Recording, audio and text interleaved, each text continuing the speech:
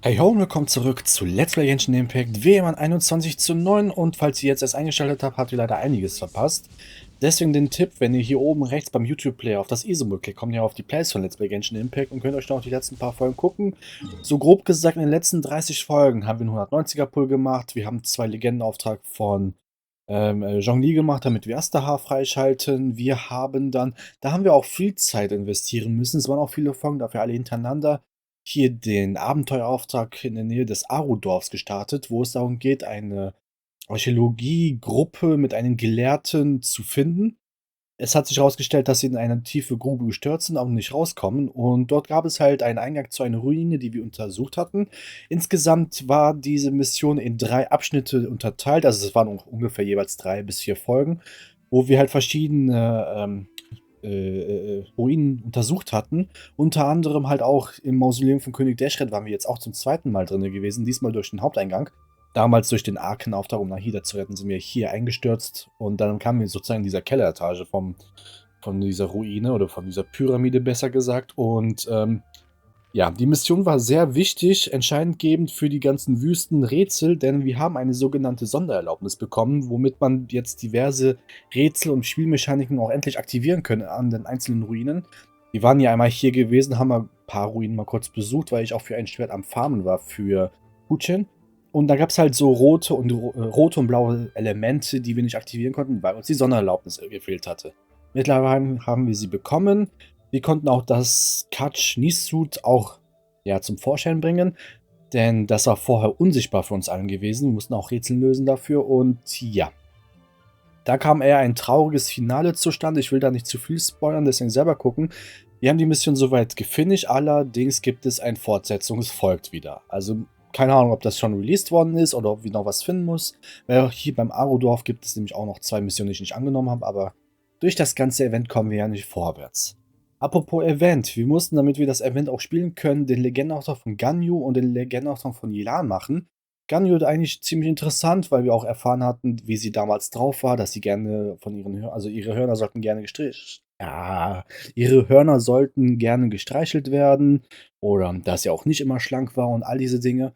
Und jetzt durch den Event, was wir hier gerade machen, haben wir jetzt den ersten Hauptteil von den 2 Teilen abgeschlossen. Sind am zweiten Teil, weil wir was gehört haben, mit einem Musikstück, was hier in der Nähe gespielt wird. Und ja, Shenhe haben wir beigebracht, was Musik wirklich ist. Sie hat auch gesummt. Wir selber haben auch gesummt in der letzten Episode. Und jetzt sind wir dabei, hierhin zu laufen genau, die Mission heißt ja auch, wo bleibt der wahre Zuhörer? Und dann sollen wir mal gucken, ob wir da was finden. Und das mit Kuche, mit dem Schwert, was ich meinte, wir hatten beim Event des Shinjo-Walds, was auch in den letzten 30, 40 Folgen war, ein Schwert bekommen, 5-mal verfeinert natürlich und jetzt vor kurzem auf Stufe 90 gebracht und ist hier mal ausgerüstet. Es liest sich interessant von den Stats her. Noch viel gekämpft haben wir noch nicht gegen krasse Gegner, deswegen bin ich noch nicht ganz sicher, ob ich es ihr behalten, also ihr, ja, dass sie das Schwert behalten darf. Aber wenn nicht, dann haben wir schon mal einen Einhänder, der vielleicht für irgendjemand anderes gut geeignet sei. So, und hier sind wir auf jeden Fall. Ich möchte gerne hier die Abgrundmagie aus dem Weg gehen. Hier die ein oder andere Rätselmechaniken haben wir bereits freigeschaltet, weil hier zum Beispiel war das versiegelt und hier waren 5 oder 6 Ruinenwächter, soweit ich weiß. Das müsste so in Folge 200 gewesen sein, wenn ich mich recht entsinne.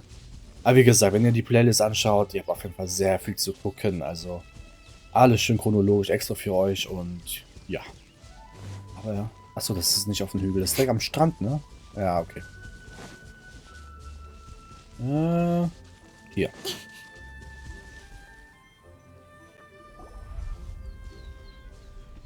Is this Quaily Plains? Cloud Retainer, why did you bring us here? Ganyu is of course familiar with the name Guizhong, but have you ever heard of her?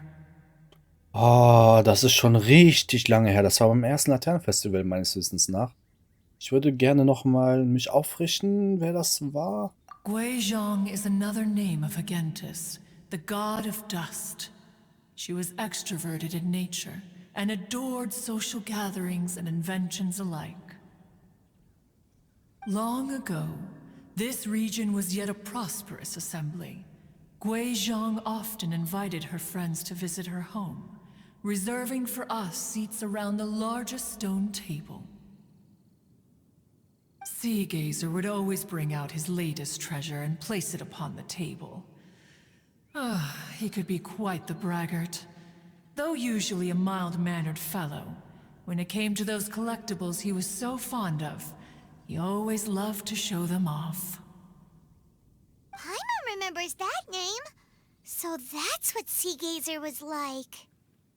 He was an old friend and a former rival. One has many memories of him. Once he had brought out the treasure, it would predictably become the center of attention. Neither Guizhong nor one was content to let him just steal the spotlight. So we would then also present our proudest mechanical creations. As Adepti, we were each gifted in our own ways, and naturally proud of our accomplishments in our respective fields of expertise. As a result, one often quarreled with Sea Gazer. His treasures were not even of his own making. He just used his exploration skills to dig them out of the ground. How, pray tell, could he compare to me, when every single one of one's accomplishments were crafted by one's own hand? Cloud Retainer, you are getting competitive again. One digresses. Regardless, every time an argument occurred, Guizhong would come over to watch us during our mutual lambastics. On some occasions, she would join in, and on others, she'd take one of us by the limb and start uttering the most ridiculous nonsense. What kind of nonsense? No kind of nonsense were we spared. Sometimes she would brazenly opine, why argue between yourselves when neither of you could ever hope to beat me? Other times, she would make unsolicited suggestions, such as, once you two are done arguing, let's go to the foot of the mountain and grill some meat. She always sought to make everyone happy, and one must say, she had quite the gift for it. No matter what nonsense she said, one never felt bothered or offended. It also helped that she never referred to one as that illuminated bird or ladybird. Come on, get over yourself! Anyway, just as our impassioned arguments would reach the apex of acrimony, Marchosius would bring his delectable dishes to the table. Who would dare snub the stove god and his wondrous creations? At the sight of him, we would all immediately drop the argument and prepare the table for a night of feasting and drinking. Back then, one was always bothered by how the cups Rex Lapis brought were always too square for one's taste. Can you see yourselves ever enjoying a drink from a square cup? Ich glaube nicht, dass dies mich wirklich stören würde. Then you are most tolerant, but that is its own virtue. Even one could never find fault with Marchosius's cooking. As we ate, Guizhong would continue to find topics for conversation, filling the table with humor and laughter. Each of those old fossils had their character flaws and points of obstinacy. So why was it that whenever we dined together, we always had a marvelous time? We would drink together from a spot high in the mountains until the moon set and the sun rose, and only then would the banquet finally come to an end. Streetwood Rambler would often remain to admire the flowers with Guizhong before returning to her own abode. The glaze lilies were far more abundant back then. Entire fields of them would appear to the eye as a veritable sea of flowers. Streetward Rambler? That would be Ping. You probably know her as Madam Ping. Oh, okay. Wait, this is a lovely story and everything, but didn't we come here to find that Adeptus from Mr. Dvorak's story? Or are you saying that it was Guizhong. Didn't she, already, Alas, long has one avoided this place for precisely that reason.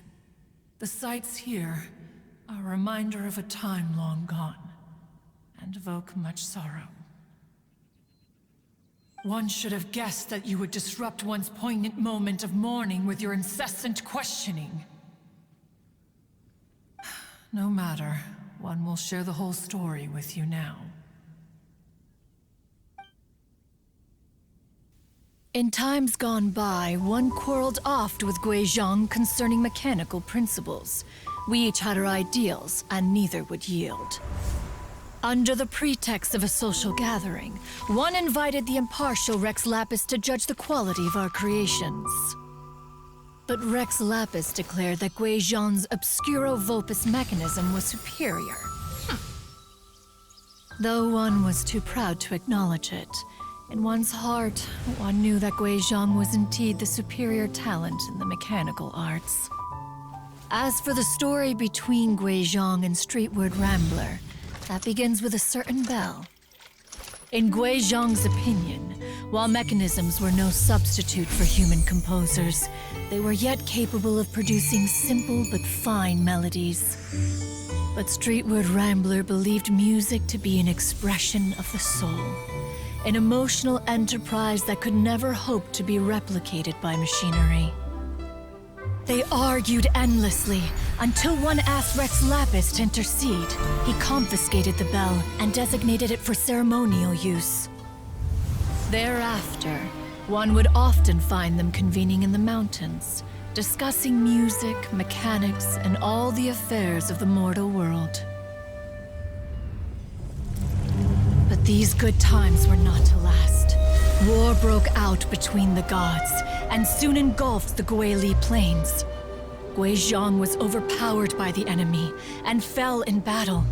When Streetwood Rambler and I arrived at the scene at long last, all that remained among the ruins was her lifeless body.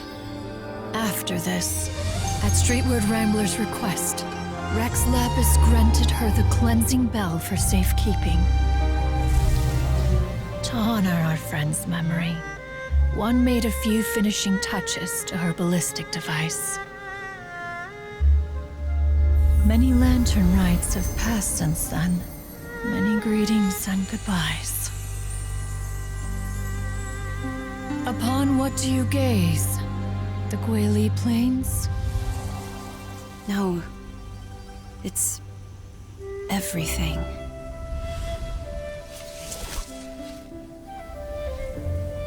We think of human life as like a lantern that's lit one minute and extinguished the next. But are we Adepti so different? Perhaps as dust settles after a storm, we too must one day return to the world below. One has always been austere and private by nature, and has never relished socializing. One's dealings with Guizhong were born out of discussions on the discipline of mechanics. What? You have loads of friends, and you seem pretty chatty. Just because one is not ignorant of social graces does not mean one is fond of them. One is perfectly capable of partaking in conversation despite being introverted. But in the end, one is nothing like Streetward Rambler. She is dauntless but thoughtful, not to mention eloquent and wise. Moreover, her friendship with Guizhong was far greater than one's own. Back when they were rivals, they would often compete against one another in the realm of musical composition. That cleansing bell was one of Guizhong's proudest works, having the ability to both compose and perform. Wait, that's weird. Didn't Madame Ping say she pestered an old friend for that bell? And she also said something about being a vain beauty when she was young or something. Streetward Rambler, a vain beauty. My foot. That bell has a sad history. Clearly, she refrained from sharing with you the truth of its origins, since the right time had not yet come. As for her old friend, who else could it be? As soon as Streetward Rambler heard that a certain Zhang Li wished to borrow the bell, she realized that the man was none other than Rex Lapis, and that he had made an enormous decision. After all, we all have known each other for several millennia. Some things between us are implicitly understood. Whoa! So they were talking in secret code? Oh, Paimon did not see that one coming. Enough of your intrusions. Where was one up to? Ah, yes. One remembers now. The cleansing bell is powered by a mechanical art, and can be used to great effect as an accompanying instrument. After the passing of its creator, it was used on numerous occasions during rites of parting. But Streetward Rambler did not acquire it from Rex Lapis for the purpose of producing further funerary tunes.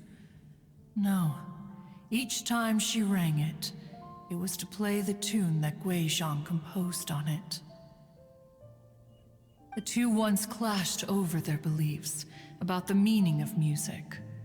Who would have thought that with Guizhong's passing and Streetward Rambler's mourning, two tunes composed in discord would eventually become one harmonious composition?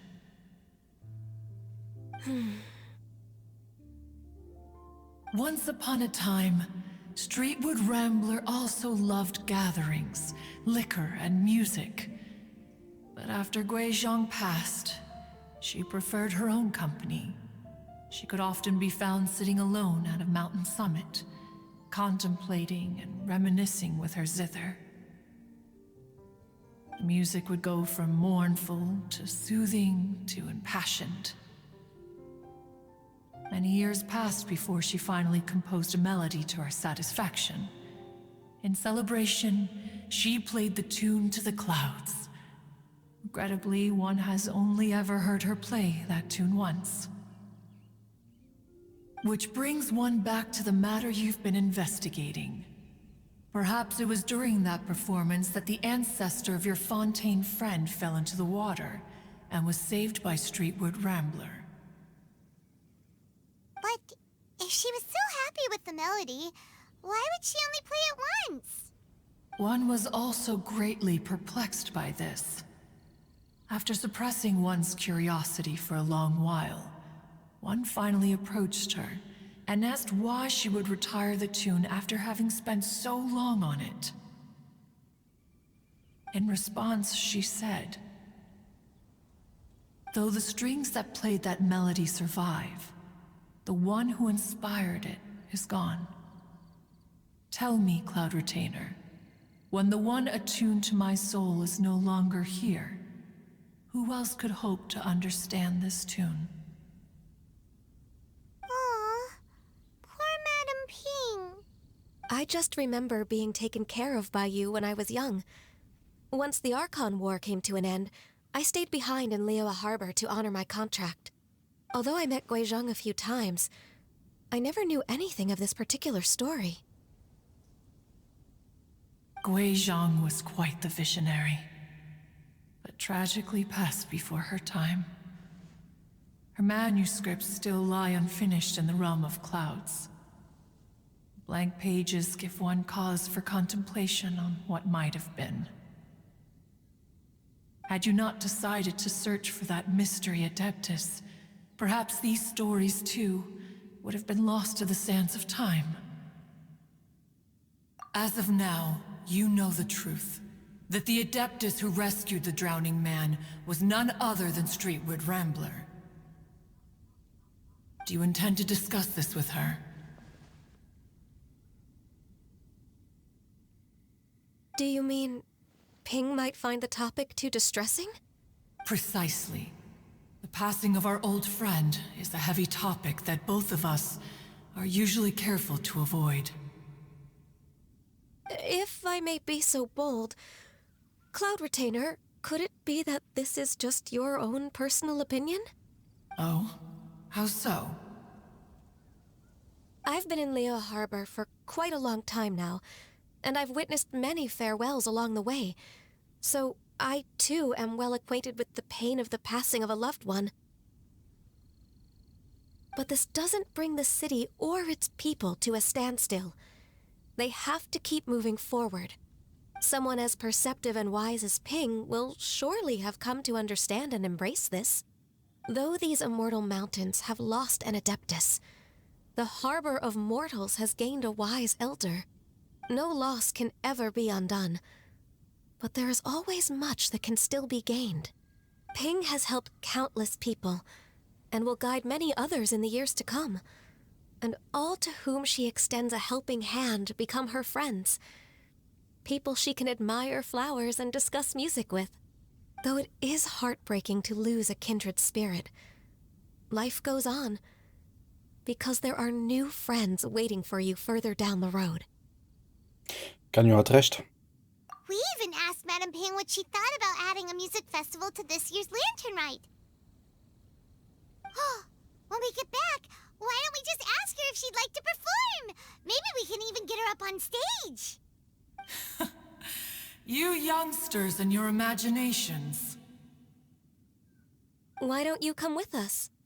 It's been a long time since you last spoke with Ping, and Liyue Harbor is always decorated so beautifully during the festival period. Is not every Lantern Rite the same in this regard? Were there ever anything new to discuss? One in Ping could meet any day of the year. I disagree. Each new day and each new year is different from those that have come before. How long will you simply let them pass you by? Wie wäre es, Ganyus Vorschlag anzunehmen? The edibles she brought this time were indeed quite delectable. Very well. Then one will be off. If the other old fossils have sneaked away into the city to amuse themselves, one shall soon find out. All right. We should be getting back to the harbor as well. We don't want to keep her waiting. Once the Guili Assembly, now the Guili Plains. Say, if we planted flowers there and cared for them carefully enough, do you think that one day we'd be able to recreate the sea of glaze lilies? Allow one to take back one's praise from a moment prior. You are still far too given to flights of fancy, child. What? Cloud Retainer? You were still listening? One observed that you were making no effort to leave, and returned to chasten and hasten you. This time, one is departing in earnest.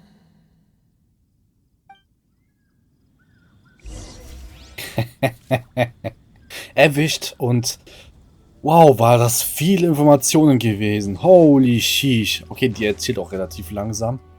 Aber holy sheesh, was wir alles erfahren haben. Und vor allem diese Person in der Cutscene, die sah aus... Oh, doch eine Falle. Moment. Die sah aus wie wie hieß die nochmal? Carson.